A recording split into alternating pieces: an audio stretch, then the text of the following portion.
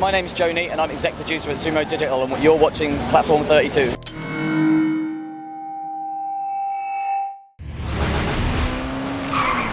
Sonic the Hedgehog runs pretty fast.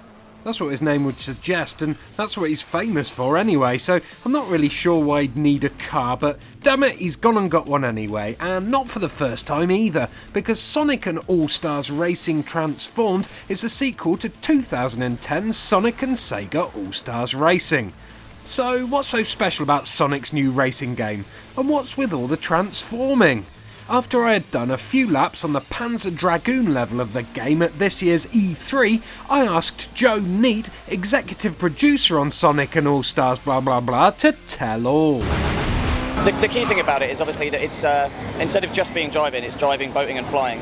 And so the vehicles transform as evidenced in the name of the game, and also the tracks have a level of transformation as well, which allow us to kind of open up new routes and like have you driving one lap and boating another lap.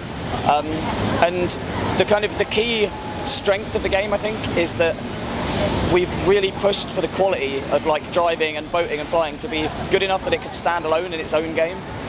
So it is kind of like it's 3 games in one, and so and I think the quality bar that we've managed to hit with the handling and the feel of the game is really, really high, and so.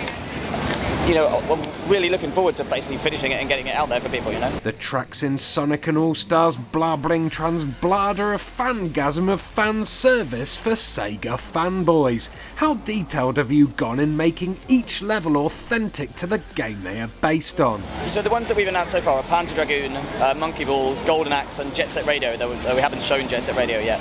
But the Panzer Dragoon one has so many nods to like the classic stuff like the Blue Dragon, and we've got this Shellcoof ship that kind of sits in the sky battling the dragons.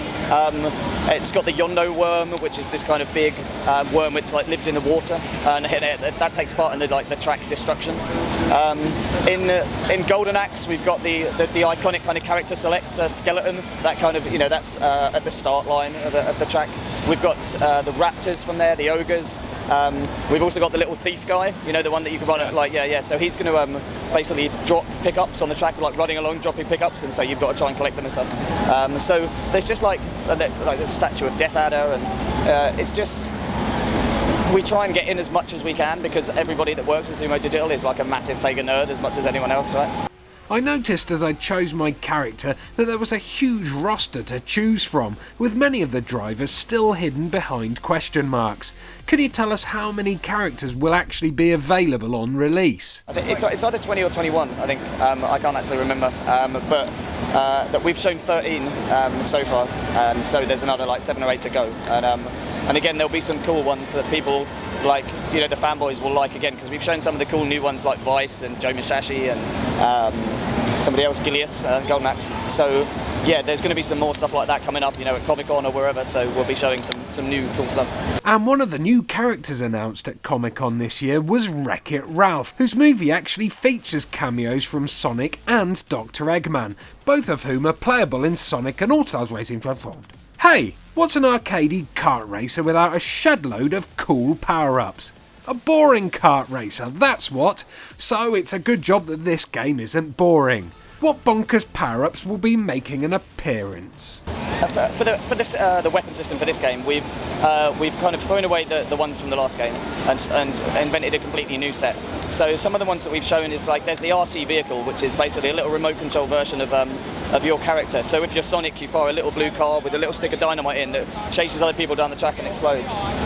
We've got the snowman, which is basically just a bunch of snowballs that you throw at people.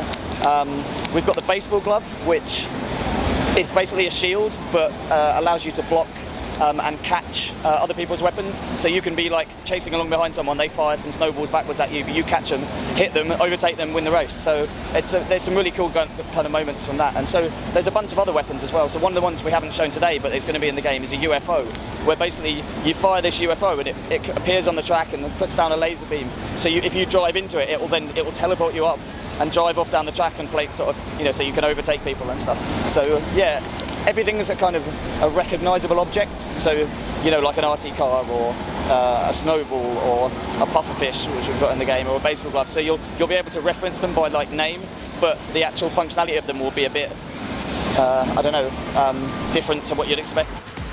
The multiplayer portion of any racing game is incredibly important, but the transformation aspect of the game allows this one to have some unique features.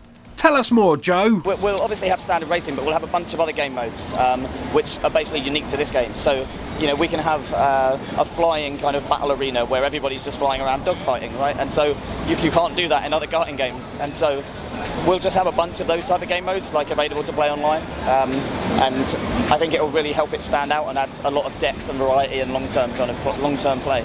And how many players racing online will the game support? I think it's currently we've got 8 players in the game, so but we're going to try and get up to 10. We're just trying to find the memory for those extra characters at the moment. But yeah, so it's either going to be 8 or 10. Cheers, Joe. But finally, as a self-confessed Sega nerd, who's your favourite character from Sonic and Allstars? Gilius, because the actual character design is just fantastic for the vehicle. So yeah, Gilius by a mile. Ah, the vertically challenged battle axe wielder from Golden Axe. Good choice. I never got to play the first Sonic racing game, but after having played a small portion of it at E3, it definitely seems like the kind of game that will keep arcade racer fans very happy. The steering was suitably Mario Kart-ish, and the way your vehicle handled differently in each form was very cool. Each one felt just right in the way it controlled. The boat felt just like a boat and not just like a car on water, and the same can be said for the plane mode. The power-ups were great fun too, although most seem to be reskinned power-ups which have been seen many times before in kart races. The huge level of fan service though was the main sell point for me, and I could feel huge smiles spread across my face after each corner I turned confronted me with something I recognised from my days of playing Panzer Dragoon. At this moment the characters and tracks are still slowly being unveiled, but from what I've seen so far I can already tell that players of the original and Sega fanboys are going to be in heaven with this game. Whether it appeals to the larger audience though is something we will only find out when it's released in November. Sonic and All-Stars, transform and roll out. Or something.